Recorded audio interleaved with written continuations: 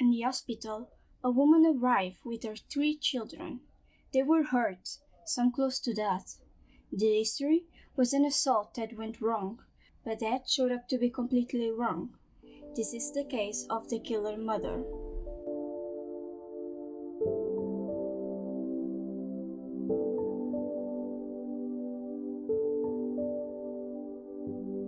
Diane Downs was born on August 7, 1955, in Phoenix, Arizona.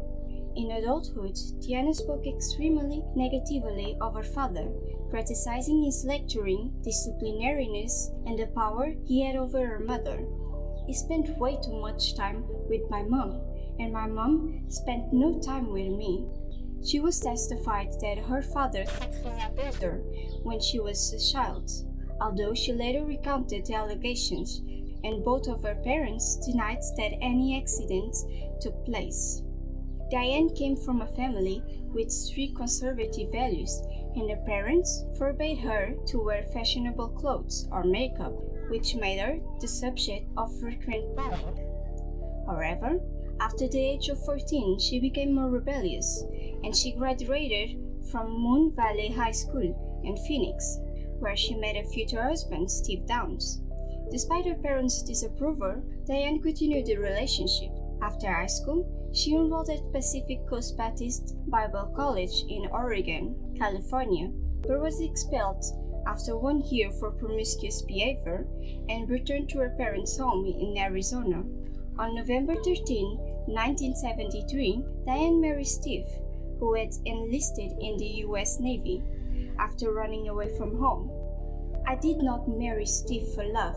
I married Steve to get out of the family," Diane said. Their first child, Christine Ann, was born in 1974, and in 1976, Cheryl came. She ended her next pregnancy with an abortion, but after witnessing pictures of fetus and at an anti-abortion booth in a local fair, she regretted her decisions. "I felt the need to do something to make amends for what I had done wrong. When I had the abortion, I was led to believe that a 6-week fetus is nothing more than mucus." Diane later said that Steve had a vasectomy, so she seduced a male friend, Mark Sager, who became the father of a third child, Stephen Daniel, who was born in 1979. Diane and Steve regularly argued about financial issues and fought over alleged infidelities, which resulted in their divorce in 1980, when it was discovered that Daniel was the result of an extramarital affair by Diane. On May 8, 1989, Diane gave birth to a girl named Jennifer while acting as a surrogate mother, despite failing psychiatric tests twice due to their indication signs of psychosis. Diane was employed by the United States Postal Service, assigned to the mail routes in the city of Cottage Grove, Oregon. According to Steve, Diane treated her child like crap and lacked any maternal instincts. Steve later elaborated, "Diane forbade everything to her children. If Danny demanded a little attention, she rejected them. But the worst was in one day, I caught Cheryl jumping on her bed. I told her that it was not allowed. I made her sit down and think about what she had done. Cheryl remained calm while looking up and asked, 'Is that a girl here?' I replied that no, and the reason for this question, to which she told me, 'I want to kill you. My mom says I'm bad.'" On May 19, 1983, Diane drove her 3 children in the blood-spattered car to Mackenzie William Med Hospital in Springfield, Oregon.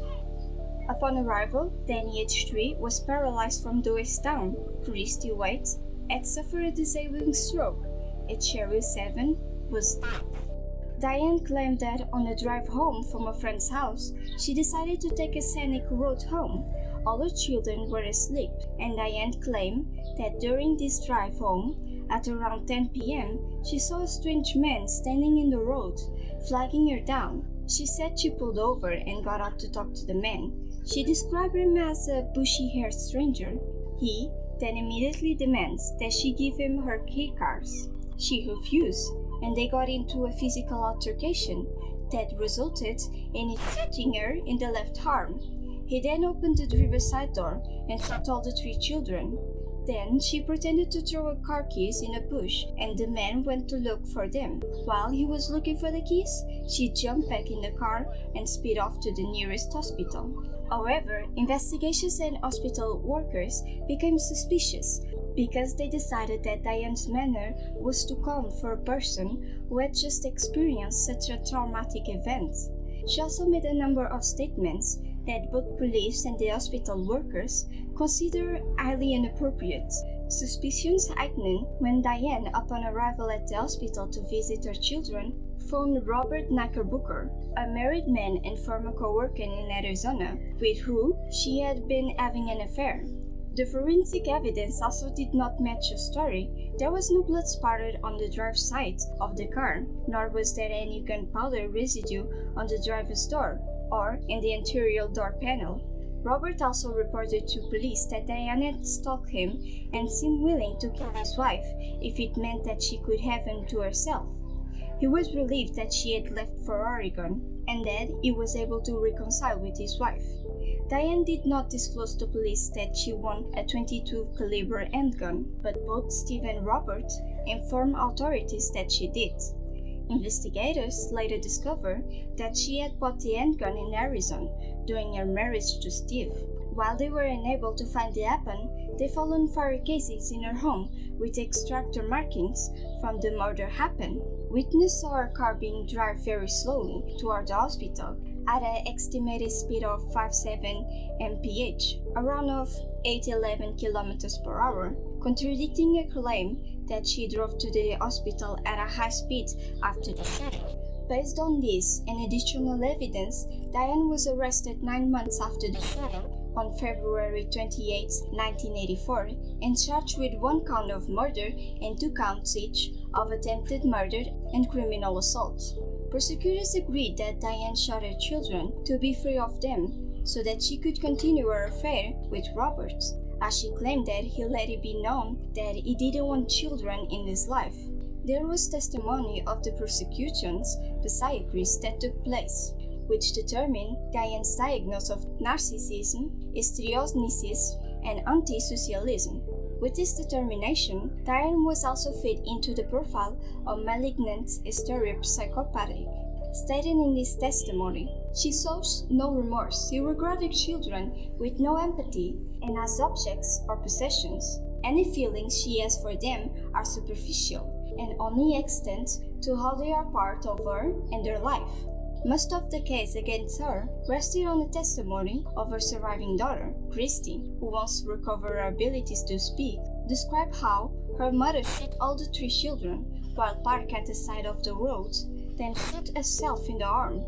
Diane was convicted on all charges on June 17, 1984, and sentenced to life in prison plus 50 years. She was required to serve 25 years before being considered for parole. Most of Diane's sentence is to be served consecutively. The judge made it clear that he did not intend for Diane ever to be free again.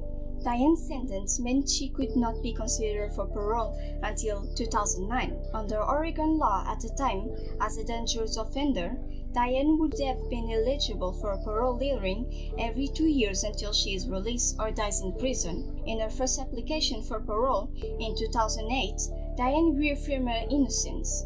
She insisted that, over the years, I have told you and the rest of the world that a man shot me and my children. I have never changed my story. Her first parole hearing was on December 9, 2008. Lane County District Attorney Douglas wrote to the parole board.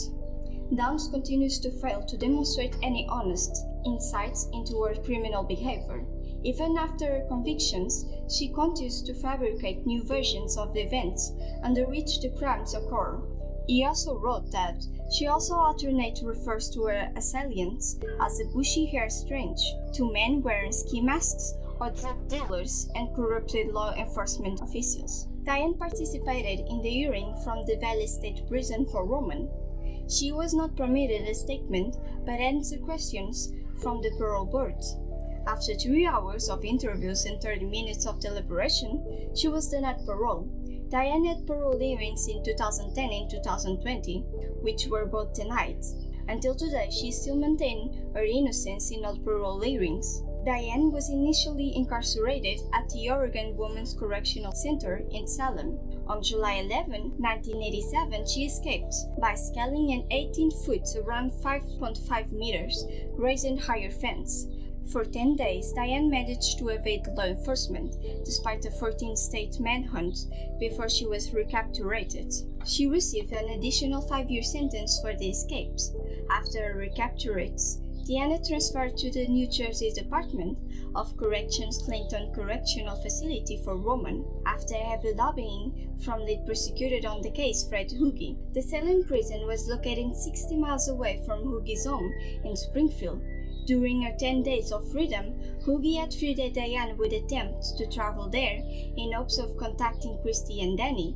Despite significant security upgrades at the women's facility after the escape, state officials accept Huggie's argument that the risk of harm to Christy and Danny in the event of another escape was too great for Diane to remain incarcerated in Oregon. In 1994, after serving 10 years, Diane was transferred to the California Department of Corrections and Rehabilitation. Diane's two surviving children eventually went to live with the lead prosecutor on the case, Fred Huggie. He and his wife, Joanne, adopted them in 1986. Christy Downs, Downs' first family, who testified at the trial, suffers from a speech disability. She later had a son and a daughter, who she named Cheryl, in memory of her late sister. Prior to her arrest, Diane became pregnant with a fifth child and gave birth to a girl, who she named Amy Elizabeth. 10 days before Diane's sentencing, Amy was adopted by Kristen Jackson Babcock, who subsequently renamed Rebecca Babcock. As an adult, Rebecca appeared on the Oprah Winfrey Show, where she discussed how she felt about her biological mother. Rebecca wrote to Diane in her younger years, and has stated that she regrets the contact regarding her mother as a monster. Author Anne Rule wrote the book Small Sacrifice in 1987, which detailed Downs' life and murder trial. The book documents accounts by friends, acquaintances, neighbors, and her surviving daughter, Christy, who questioned the quality of her parenting. It was also made a TV movie, also titled Small Sacrifice, starring Farrah Fawcett as Downs, aired on ABC in 1989. That is all we know from the case of the killer mother. Do you think Diane will ever admit what she did and show regret about her actions against her children? Or she'll continue to create new versions and claim her innocence? And now her children grow up knowing what her mother did to him. Well, that's it. Leave a like and comment other crimes that you'd like to see here. Bye!